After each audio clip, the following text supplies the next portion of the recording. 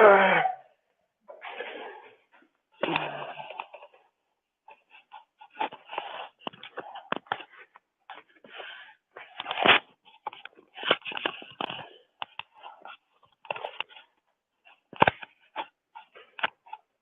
ok.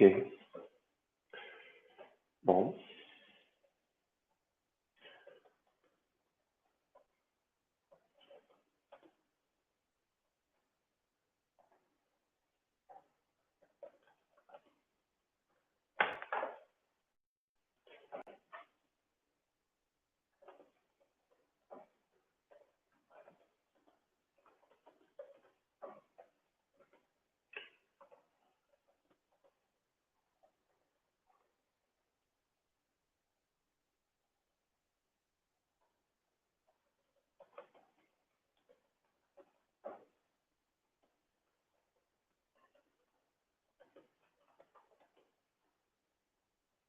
Oi, Fernando, tudo bem?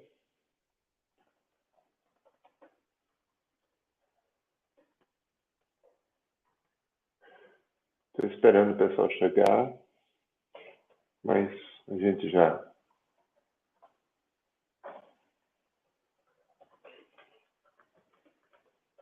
a gente já começa, tá? Doutrina social da igreja.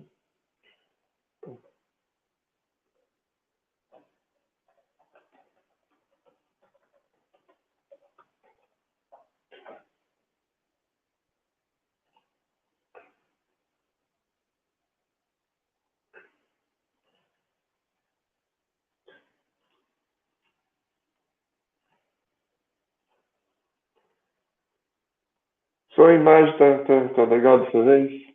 Que bom. Porque olha, toda vez tem um problema, ou com o som, ou com a imagem, ou com os dois. E é um problema cada vez. Deixa eu ver se eu coloco um pouquinho mais. Oi. Tá.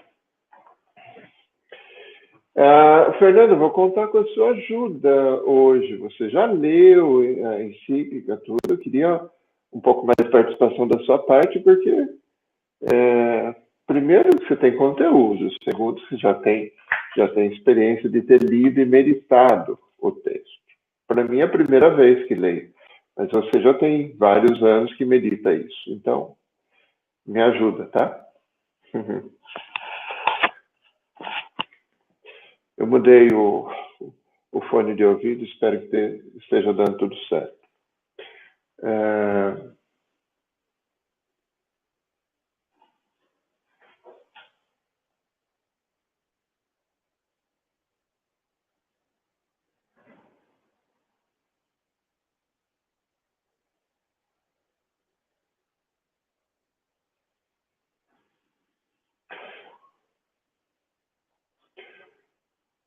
popular em progresso, e a próxima será 80ª Advenites.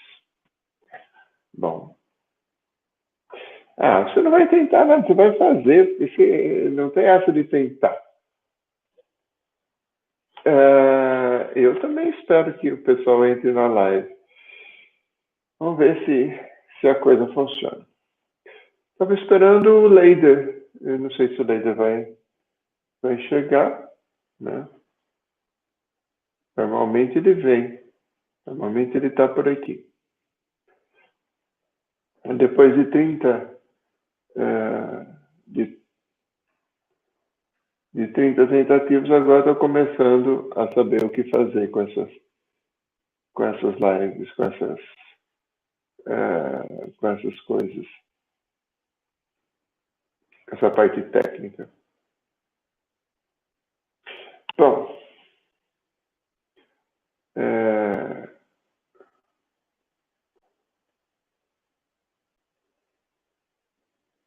está acontecendo alguma coisa? Parece que aqui no meu computador tem hora que ele dá uma sumida. Não sei se é o meu computador que está transmitindo. Bom, você sabe, a Popular no Progresso tem umas coisas bem interessantes, né? Sobre o desenvolvimento dos povos, o progresso das populações, populorum progressio,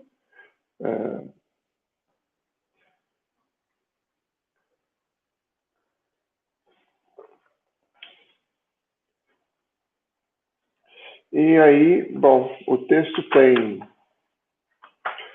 29, 30 páginas, não é um texto muito grande, até porque tem bastante espaço, né? E tem 3 páginas, 4 páginas de nota. 1, 2, 3, 4. 4 páginas de nota, 4 páginas inteiras de nota, né? Então, é um texto bom, é um texto interessante. Agora, o Papa Paulo VI é um Papa que ele era um pouco curial, né? O grande problema do Vaticano é que tem gente que se ordena no Vaticano e fica lá a vida inteira, trabalha a vida inteira e depois acaba sendo Papa. Então, é, um, é uma coisa interessante, mas é um pouco complicado também. Porque o cara tem pouca visão, foi um santo e tudo, ninguém está discutindo isso, mas era um cara que, bom, foi ordenado no Vaticano, trabalhou a vida inteira no Vaticano, né? Você viu o Departamento de Estado do Vaticano de 1922 a 54, para você ter uma ideia. Então, Montini era colaborador de Pio XII.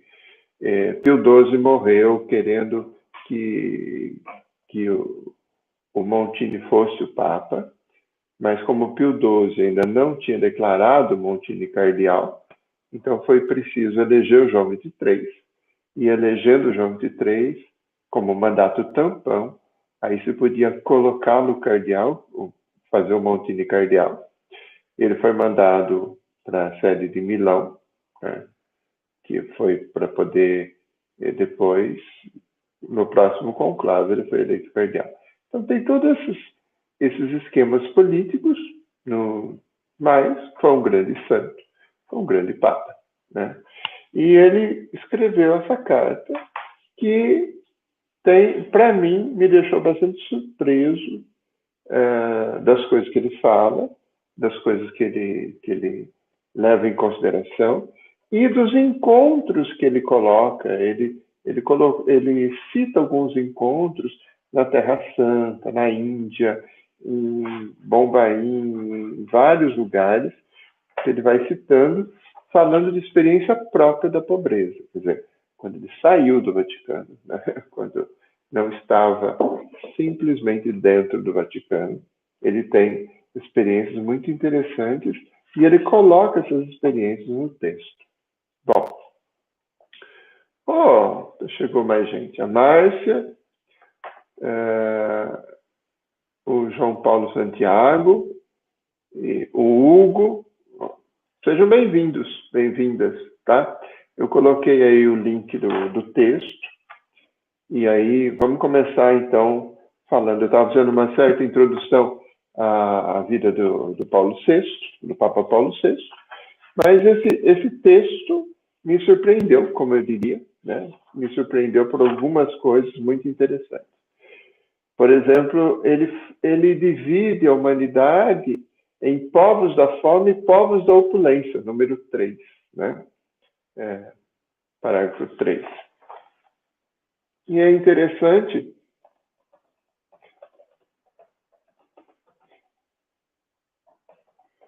porque se fosse um outro cara, a gente diria, bom, é um comunista, é um cara revolucionário. Nós estamos falando do Papa, eles estão falando do Papa Paulo VI, que é santo. Então não dá para acusar o cara de comunista, de revolucionário, de esquerdista, nada disso, né? Depois, ele começa fazendo o ver, né? A primeira parte toda, ele faz o ver. Oi, Eleusa, tudo bem com você? Então, quando ele faz o ver, ele fala, por exemplo, ele coloca os dados dos problemas, por exemplo, no número 6, aspirações dos homens, e aí ele fala que a grande aspiração é ser liberto da miséria, ter maior instrução, ter uma capacidade melhor de sair da colonização, né? E onde ele fala, por exemplo, que os povos ricos gozam de um crescimento rápido, enquanto os pobres se desenvolvem lentamente. Número 8. Então, 6, 7, 8, até o 11, ele faz a colocação dos dados. Né? De 6 a 11, ele coloca ver os problemas. Eu estou vendo aqui que você... obrigado, Fernando. Estou vendo aqui que você tem convidados aí. Muito obrigado. Né? Deus Dede, seja bem-vindo, Priscila, todo mundo que está chegando, seja bem-vindo. Depois, isso. Bom, depois a gente faz uma pausa, mas aqui quando a gente fala dos dados do problema, ele coloca muito bem os dados do problema, né? Ele coloca, inclusive, e pela primeira vez eu escuto isso da voz de um papa, ele fala de choque de civilizações, né? Ele fala do conflito das gerações, que se agrava no número 10. Ele diz assim: o conflito das gerações agrava-se assim como um trágico dilema. Ou guardar instituições e crenças atávicas, mas renunciar ao progresso, ou abrir-se às técnicas e civilizações vindas de fora, mas rejeitar com as tradições do passado toda uma riqueza humana. Quer dizer, aos jovens é dada uma escolha. Ou você conserva os valores e rejeita o progresso, os valores da própria civilização, rejeita o progresso, ou você aceita o progresso e rejeita os valores. E aí, essa é uma situação bem complicada, né? E é aí que ele fala de choque de civilizações. Mas aqui, depois do número 12 para frente, né, ele vai mostrar um pouco a questão da igreja e o desenvolvimento. Quer dizer, onde que a igreja se situa nessa situação, né? E aqui ele vai dizer, ele vai citar, inclusive, no número 12 do documento, Charles de Foucault. É interessante que Charles de Foucault, na época, não estava nem pensando em ser santo ainda, né? Ele já tinha sido assassinado e tudo. Ele foi assassinado, acho que na década de 50, mas não tinham ainda começado o processo de canonização dele, essas coisas todas. E aqui ele lembra aqui, basta lembrar o exemplo do padre Charles de Foucault, que foi considerado digno de ser chamado pela sua caridade irmão universal e redigiu um precioso dicionário da língua tuareg. Quer dizer, quando ele cita o Charles de Foucault, ele cita o Charles de Foucault a partir da caridade. E é a partir da caridade que a igreja entra nessa situação, né? O que é do 15 a 21? Aqui no meu texto, 12, número 12, ele fala do Charles de Foucault. Eu fiz alguma situação errada aí?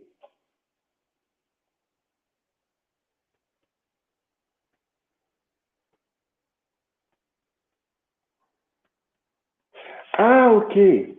Agora que eu entendi. Você estava falando que do 15 ao 21, que é essencial para você compreender a encíclica. Isso, ele fala no 15, mas eu não cheguei no 15 ainda. No 13, ele fala de... Aqui tem uma intuição bem interessante dele, né? Ele diz assim: iniciativas locais e individuais já não bastam mais. O mundo está tão mais complexo está tão mais complexo, que essas iniciativas locais, individuais, a boa vontade só não basta mais. É preciso você agora ter uma escalada de caridade, né? Ele fala, por exemplo, da necessidade de criar uma visão global do homem e da humanidade, e aqui ele vai dizer que a visão cristã do desenvolvimento é promover todos os homens e o homem todo. Quer dizer, a caridade é desenvolver as pessoas, porque senão nós temos aqui uma situação muito complicada, né? A caridade é desenvolver a pessoa. Então, essa é uma nova forma de caridade, uma caridade política, uma caridade social, mas é uma forma de caridade. E é aqui que a igreja entra, né? Aqui, Fernando, quando você vai falar do número 15, né? Quando você fala no número 15 aqui, fala dos desígnios de Deus, a vocação ao crescimento, né? No número 16, diz que o crescimento da pessoa humana não é facultativo. Ou seja, nós não temos essa faculdade de escolher, nós temos a necessidade de nos empreender, de nos construir a si mesmo. A grande dificuldade do ateísmo, por exemplo, é que diz que coloca o homem contra Deus. Então, se Deus cresce, o homem diminui, né? Mas, na verdade, não. A vontade de Deus é que o homem cresça, é que o homem se desenvolva em toda a sua condição. E aí, então, ele vai atingir a plenitude do humano, que é o plano do divino, né? Pela sua inserção em Cristo vivificante, o homem entra num desenvolvimento novo, número 16. Num humanismo transcendente que o leva a atingir a sua maior plenitude. Tal é a finalidade suprema do desenvolvimento pessoal. Então, na verdade, é para isso que nós estamos no mundo, para nos desenvolver e fazer os outros se desenvolver. Essa é uma forma de caridade. Não é dar uma esmola, mas é ser presença, né? Número 17. Tem uma frase aqui que devia ser tuitada. A solidariedade universal é para nós não só um fato e um benefício, mas também um dever. Deixa eu copiar isso daqui. Deixa eu ver se eu consigo. A solidariedade universal é para nós não só um fato e um benefício, mas um dever. Isso daqui devia ser tweetado, eu acho. Porque é pequeno e vai bem. Lenir, seja bem-vindo, bem-vinda, tá? Na verdade, eu não sei se Lenir é masculino ou é feminino, que é um nome que pode ser usado para os dois, né? Em todo caso, seja bem-vindo também. José Carlos Gomes de Mello, não tinha visto você, também seja bem-vindo, tá bom? Voltando no texto. Número 19, ele diz que qualquer crescimento é ambivalente. Então, não adianta, né? Tudo é possível de ser bom ou é possível de ser ruim. Isso é interessante porque o Papa coloca em perspectiva qualquer ideologia, né? Vamos ver o que o Fernando está dizendo aqui. Na época da encíclica, o desenvolvimento econômico, científico e tecnológico era tido como meta suprema. O Papa chama a atenção para a dimensão humana, que só se realiza quando o homem se volta para Deus. Isso é verdade. Diácono, essa condição humana é colocada como fator de desenvolvimento. Se não houver desenvolvimento humano, cultural e religioso não há desenvolvimento, na verdade. É um desenvolvimento integral. Né? Homem todo, de todos os homens. Isso mesmo que você colocou, Fernando. Gostando das suas participações, porque você já viu o texto todo e tal. Olha, ele diz assim, ainda no número 19, quando ele vai falar que qualquer crescimento é ambivalente, ele diz que a avareza é a forma mais evidente de subdesenvolvimento moral. Ou seja, a gente pode estar desenvolvido em matéria de bens e subdesenvolvido em matéria de moralidade, em matéria de religião, em matéria de ligação com Deus e com o próximo.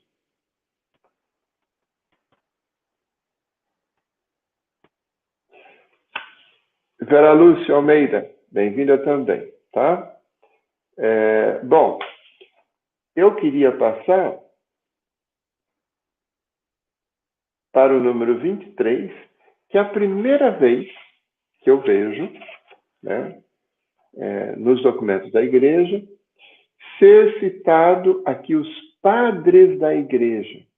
Porque nos documentos, normalmente cita Santo Agostinho, Santo Ambrósio, não sei o quê. Hoje é dia de Santo Ambrósio, né? Mas hoje ele cita os padres da igreja, ou seja, ele cita a linha de raciocínio dos padres da igreja. E essa é uma postura adotada a partir do Vaticano II, vindo a partir de Newman, das pesquisas de Newman e dos outros e tal, mas é adotado no número 23, né? A partir do Vaticano II. Sabe-se com que insistência os padres da igreja determinaram qual deve ser a atitude daqueles que possuem relação aos que estão em necessidade. E aqui ele vai citar Santo Ambrósio, hoje é dia de Santo Ambrósio. Né? Não dás da tua fortuna, assim afirma Santo Ambrósio, aos seres generosos para com o pobre. Tu dás daquilo que lhe pertence, porque aquilo que te atribuis a ti foi dado em comum para o uso de todos. A terra foi dada a todos e não apenas aos ricos.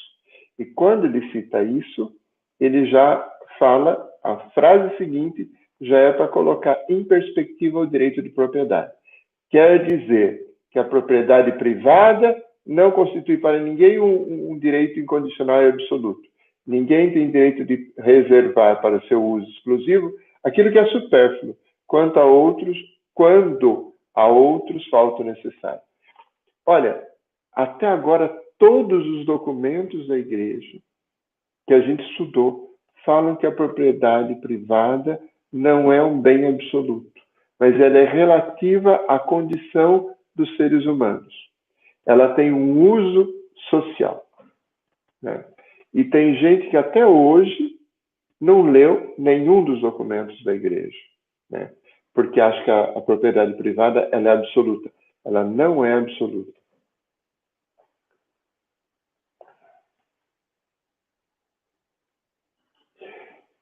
Isso mesmo. Tem outro diácono aí, Walter, diácono Fernando, diácono Walter, os leigos todos. Agora que eu vi, o diácono Walter da Arquidiocese de São Paulo, Weiner, né? Walter, estou ficando, Weiner. Bom, quando a gente fala de função social da propriedade, isso é uma das coisas mais repetidas nos documentos da doutrina social da igreja. Quase que é até um mantra, não tem jeito. Claro, o tema volta várias vezes, a questão do comunismo, a questão da idolatria dos líderes e tal, e tem várias outras situações, o direito de propriedade, de reunião e o direito de greve dos operários e tudo. Tem outras coisas que vão entrando, mas o direito à propriedade privada ser de função social não tem jeito. Isso repete quase que todo o tempo. Quer ver? No número 24, ele lança um esquema muito interessante. Ele diz aqui: Assim, não é admissível que cidadãos com grandes rendimentos provenientes da atividade e dos recursos nacionais transfiram uma parte considerável para o estrangeiro, com proveito apenas pessoal, sem se importarem do mal evidente que com isso causam à pátria. Eu estou lembrando aqui, quando eu leio isso, número 24, eu fico lembrando a elite do Brasil que transfere dinheiro para o estrangeiro e aplica na Europa, aplica na Suíça, aplica nos Estados Unidos, e nós, no Brasil, eu não estou no Brasil, mas nós brasileiros ficamos a ver navios. E se fosse para ver e construir navios, seriam bons, mas a gente só vê os navios passar.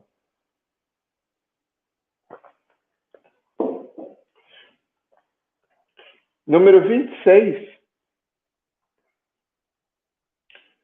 No número 26, ele diz aqui: um sistema que considerava o lucro como motor essencial do progresso econômico, o liberalismo, a concorrência como lei suprema da economia, a propriedade privada dos bens de produção como direito absoluto, sem limite nem obrigações sociais correspondentes. Esse liberalismo sem freio conduziu à ditadura denunciada com razão por Pio XI como geradora do imperialismo internacional do dinheiro. Ele está condenando o liberalismo e o direito absoluto dos bens de produção e da propriedade privada. Número 26.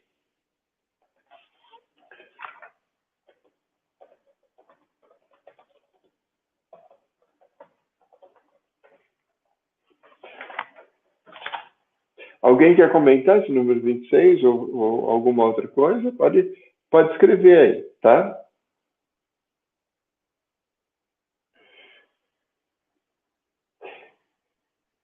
No número 27, ele fala de uma mística exagerada do trabalho. Eu não entendi muito bem essa parte, não. Coloquei até um ponto de interrogação aqui, porque ele fala que todo trabalhador é um criador. Mas o que ele está chamando essa mística exagerada do trabalho?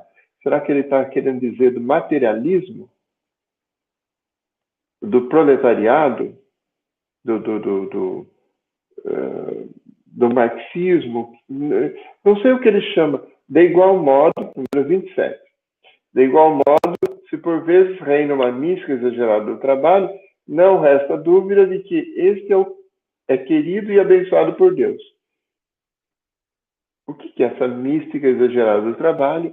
Eu, sinceramente, não entendi. Tá?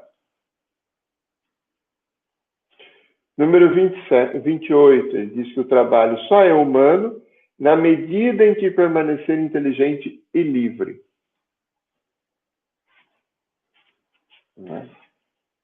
Na medida em que permanecer inteligente e livre. Ou seja, o trabalho repetitivo, simplesmente repetitivo, não é humano. Ele é maquinal. Né? O trabalho precisa ter um quesito de criatividade, de inovação, de pessoalidade. Né? Bom, ele, passando aqui para frente, ele vai falar de algumas necessidades, por exemplo, de reforma, de programas de planificação da economia.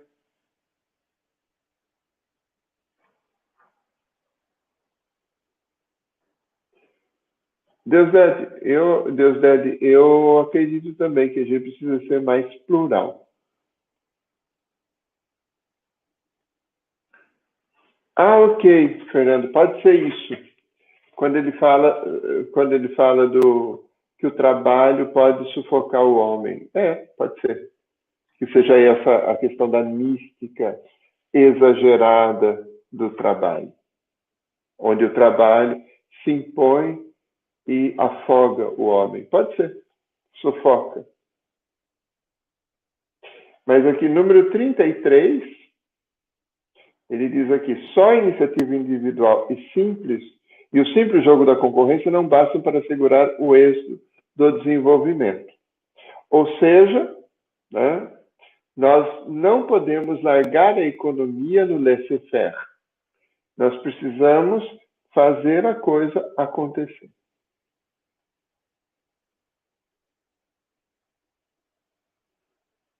Eu acho que vocês têm razão. Silvia, bem-vinda. Bem-vinda no nosso meio.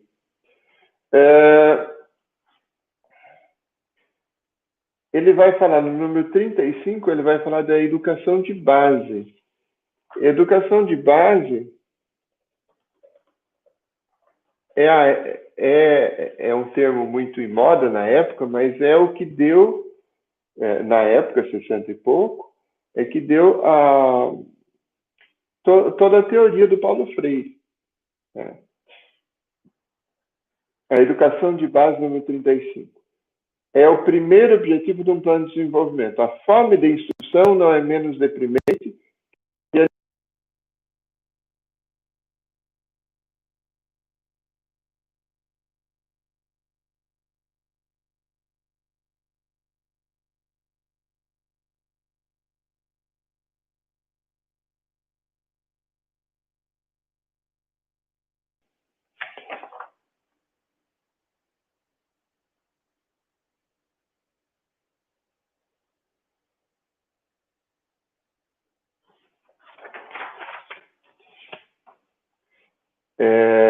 bom, depois,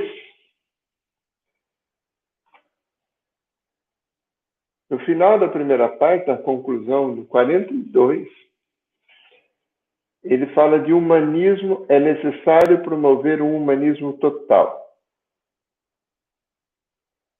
E aqui é que ele fala de desenvolvimento, né? Que vem ele a ser, senão, o desenvolvimento integral do homem todo e o de todos os homens. Poderia aparentemente triunfar o humanismo limitado, fechado aos valores de Deus, aos espíritos, fonte do verdadeiro humanismo. O homem pode organizar a terra sem Deus, mas sem Deus só pode organizar contra o homem. Humanismo exclusivo é humanismo desumano. Então veja, tem que ser ou integral ou não é o humanista, né? E a gente precisa tomar um certo cuidado, porque nessa mesma época Sartre está escrevendo o existencialismo é um humanismo, né? E o humanismo de Sartre, dos existencialistas, é um humanismo sem Deus e muitas vezes contra Deus. Aqui nós temos, aqui na França, pequeno parênteses aqui na França nós temos uma dificuldade muito grande com a questão da religião, né? Desde 1905, quando se criou uma lei para separar a igreja do Estado, se fez o seguinte: a igreja é separada do Estado, mas todas as propriedades da igreja são do Estado. Então o Estado desapropriou a igreja. Tudo que foi construído até 1905 eram do Estado. E a igreja tem o direito de usar, né? Mas agora, com essa história do coronavírus, o pessoal quis de todo jeito, proibir a igreja de se reunir. E aí os bispos, aí os leigos, tudo bateram de frente, porque está na Constituição que diz que a religião é separada do Estado, mas o direito ao culto é um direito fundamental do ser humano.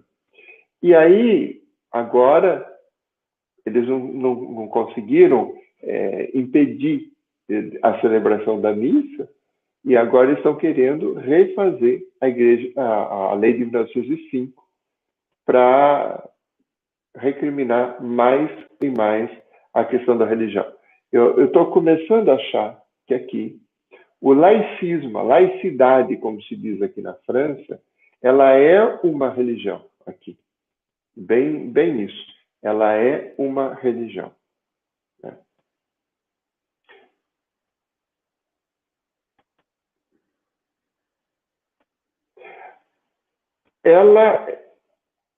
Eu acho que é mais do que anticlerical, é antirreligioso mesmo. Porque anticlerical é contra os padres, mas não contra a religião.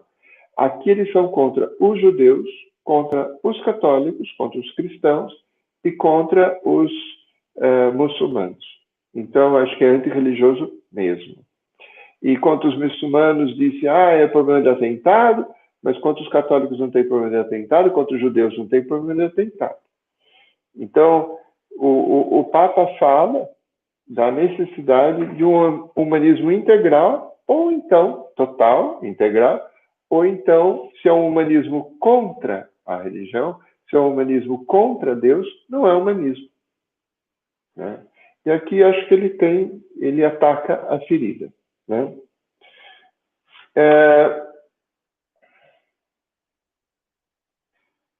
Ele diz aqui no 48, ele diz do dever de solidariedade.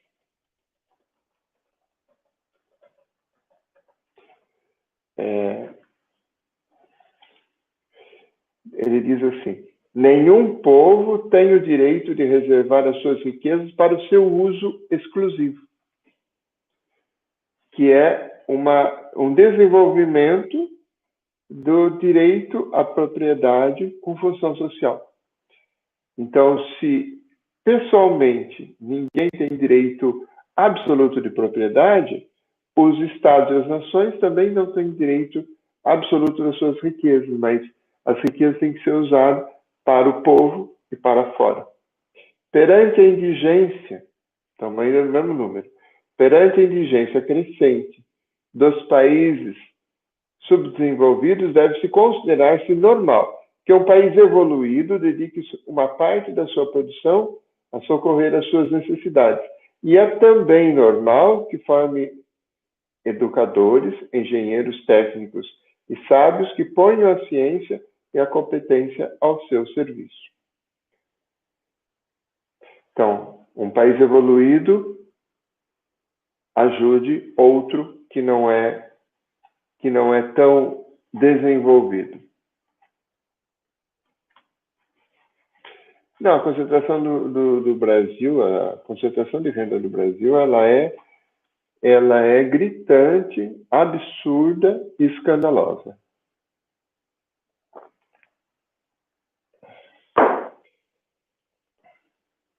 Número 49, desculpe. Ele fala do supérfluo. O que é supérfluo? Supérfluo é aquilo que você não tem necessidade agora. Né?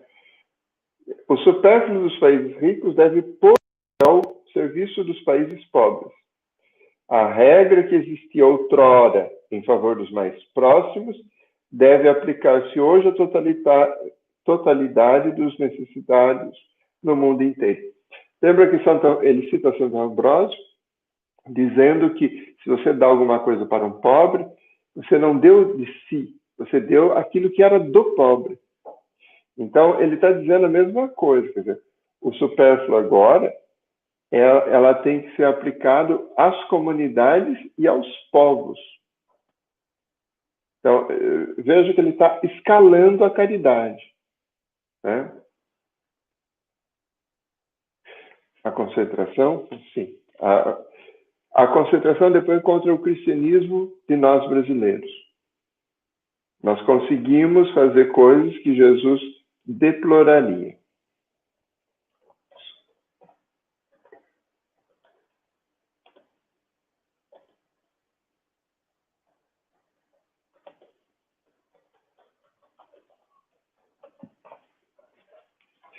Bom,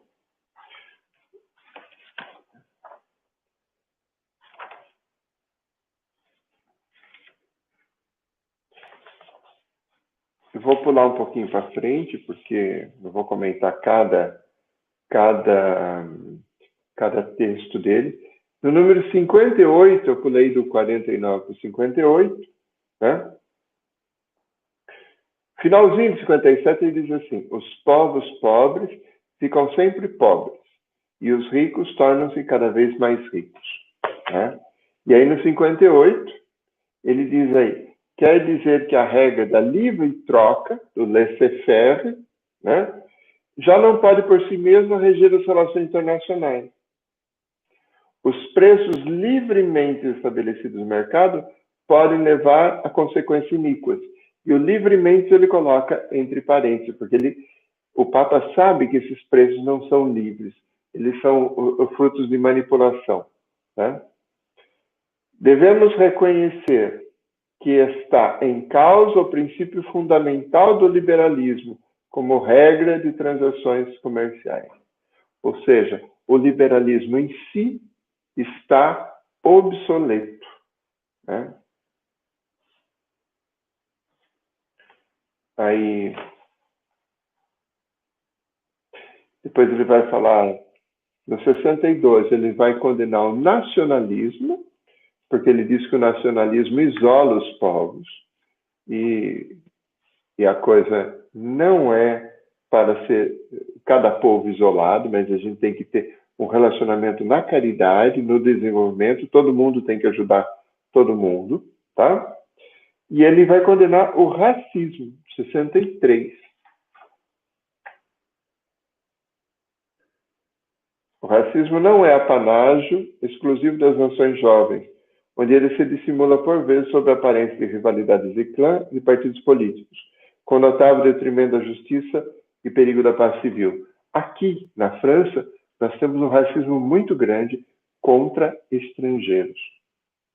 O racismo não é necessariamente só contra negros também, mas contra árabes, contra estrangeiros. Eu aqui, segunda, terceira semana que eu estava aqui, fui atender confissão de uma pessoa, de um senhor já idoso, né?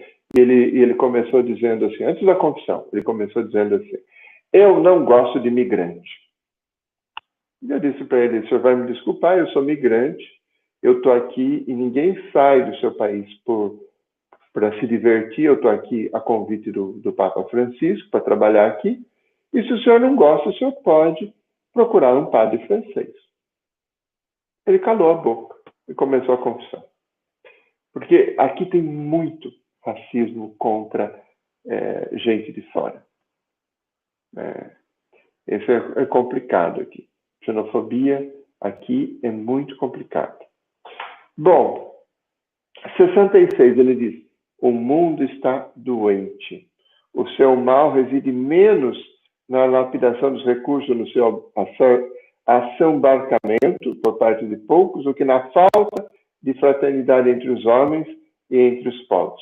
Bom, quando ele fala que o mundo está doente, não é tanto pela exploração, é porque ainda toda a questão ecológica não estava ainda aflorada. Nós estamos falando de 67, né? Agora, claro, de 67 para cá, muita coisa evoluiu, inclusive a doutrina social da Igreja, né? E o Papa Francisco fez encíclicas memoráveis, como a Laudato Si, né? 69, ele fala dos trabalhadores emigrados, da necessidade. No 74, ele parabeniza algumas nações que, em vez de serviço militar, fazem um serviço social. Sabe que aqui na Espanha, por exemplo, todo estudante universitário não serve o serviço militar, mas tanto homens como mulheres, antes de receber o diploma, eles são obrigados, se fizeram uma universidade pública, eles são obrigados a servir 2 anos, se eu não estou enganado, num lugar designado pelo governo, que eles vão morar lá, recebem 2 anos, e depois eles recebem o diploma universitário. Como uma necessidade de fazer um serviço social, de prestar um serviço para pagar o dinheiro que o governo investiu na universidade. Essa deveria ser uma lei que a gente deveria pensar no Brasil. Refazer o serviço militar obrigatório, mas não para os militares, mas como serviço social. Isso poderia ser muito interessante. Está aqui no número 74. Né?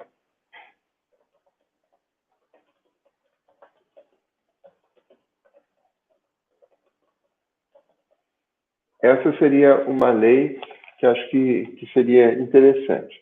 A ideia parece que não é dele, porque ele já disse que existem algumas ações, mas ele aprimora isso, né?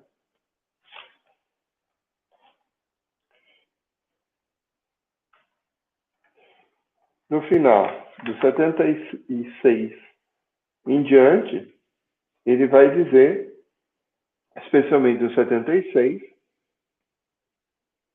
ele vai dizer que a paz não se reduz a uma ausência de guerra. Fruto do equilíbrio sempre precário das forças. Ele está citando literalmente a Guerra Fria entre Estados Unidos e União Soviética, né? Constrói-se dia a dia na busca de uma ordem querida por Deus. A paz é fruto da ordem querida por Deus, que traz consigo uma justiça mais perfeita entre os homens.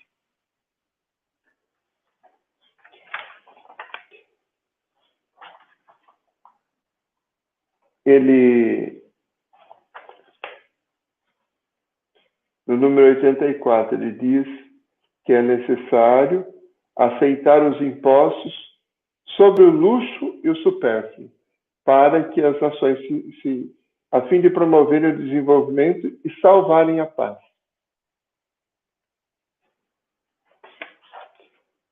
A justiça é o novo nome da paz, sim, ele diz isso.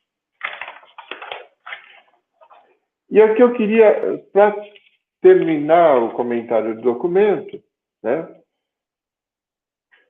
Ele diz, 87, se o desenvolvimento é o novo nome da paz, que não deseja trabalhar para ele com todas as forças. Né? Ele está, no final, ele faz um convite à ação.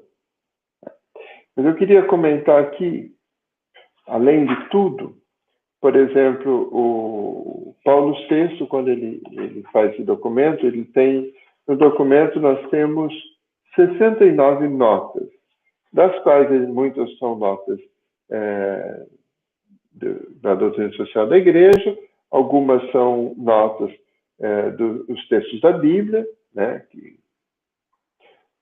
algumas são notas do Concílio Vaticano II, Gaudium et Spes, mas o que eu queria comentar com vocês, é que ele cita, por exemplo, o Padre Lebré, Padre Lebré era um dominicano francês, um sociólogo muito querido aqui na França, que escreveu um livro chamado Dynamique concrète du développement, a dinâmica concreta do desenvolvimento, e ele se inspira no Padre Lebré, né? Depois ele cita, por 2 ou 3 vezes, ele cita Jacques Maritain, né? E ele cita o Chenu, o Marie-Dominique Chenu, que é um teólogo que fez grande contribuição ao Vaticano II, é também dominicano, né? Por uma teologia do trabalho, o Chenu escreveu, por une théologie du travail. O texto é de 55, antes, é lógico. Mas veja, ele cita 2 dominicanos, né? Ele cita Henri de Lubac, na nota 45. Henri de Lubac também foi um grande teólogo que deu grandes contribuições ao Vaticano II, né? E ele cita pela primeira vez, na nota 33, o bispo Larrain Errázuriz, bispo de Talca, Chile, presidente da Conferência Latino-Americana, do CELAM, presidente do CELAM, sobre o desenvolvimento, êxitos e fracassos na América Latina. Então, ele cita algumas vezes, e o fato de ele citar Jacques Maritain, o Padre Lebré, citar o Chenu, né, e citar o Henri de Lubac, você vê que ele está sendo muito influenciado pela teologia do Vaticano II.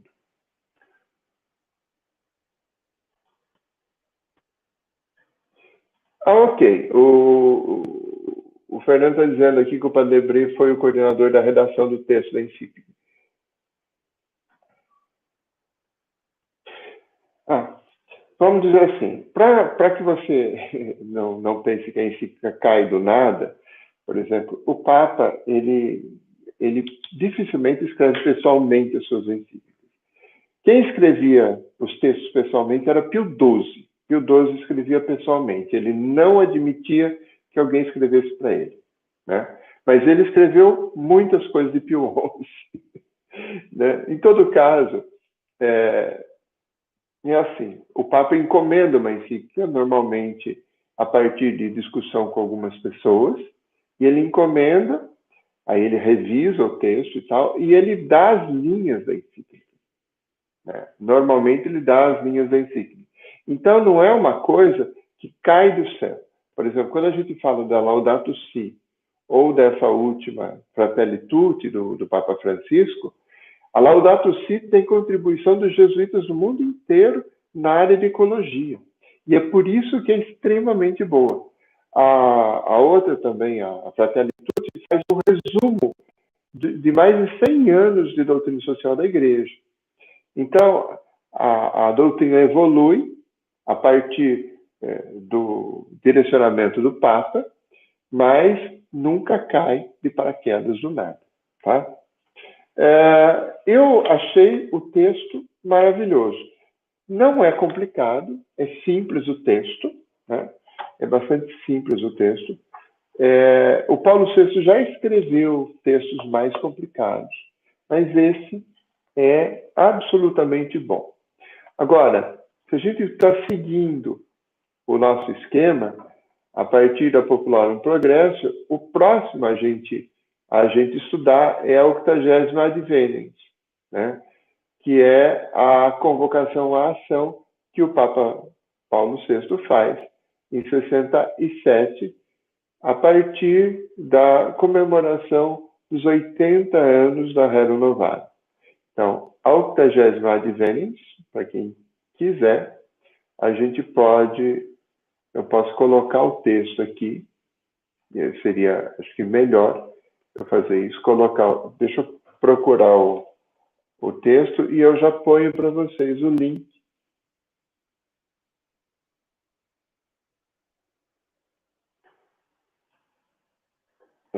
Peraí.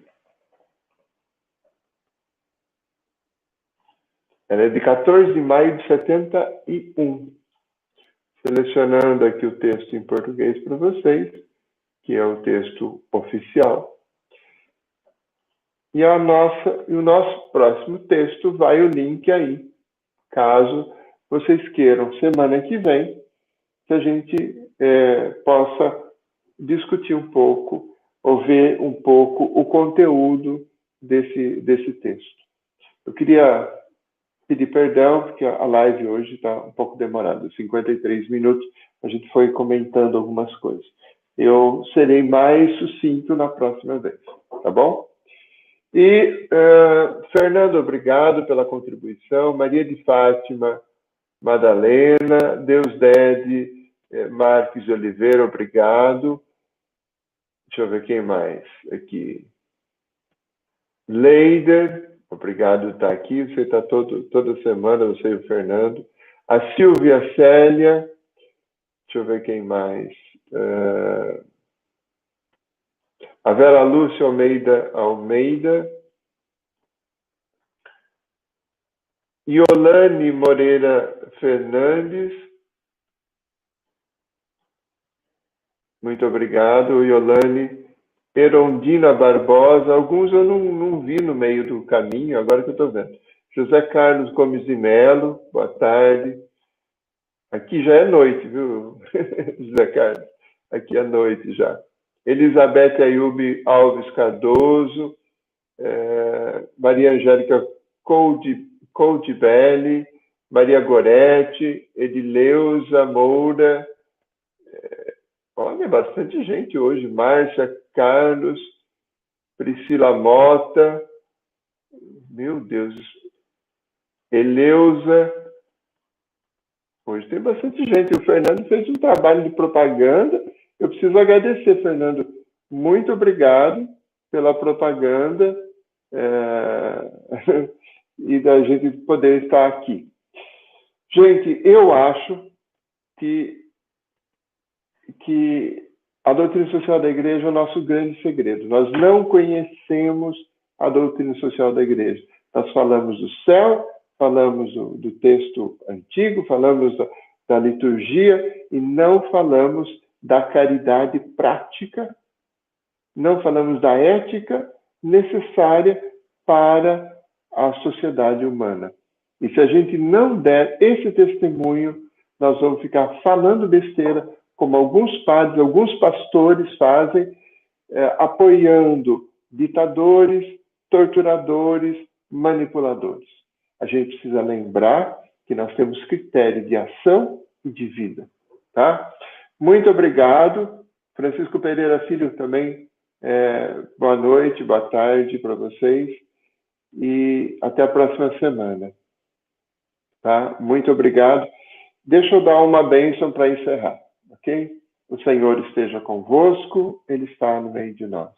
Abençoe-vos o Deus Todo-Poderoso, Pai, Filho e Espírito Santo. Amém. Deus abençoe e proteja todos vocês, proteja todos nós, nos dê saúde. Na semana que vem, se vocês puderem, esteja no mesmo horário, segunda-feira, 4 horas da tarde, aqui na França é 8 horas da noite, a gente trabalha o texto da 80ª Adveniens, ok? Um abraço, muito obrigado, até mais. Fernando, Leider, todo mundo aí, muito obrigado. Deus abençoe pela força. Amém.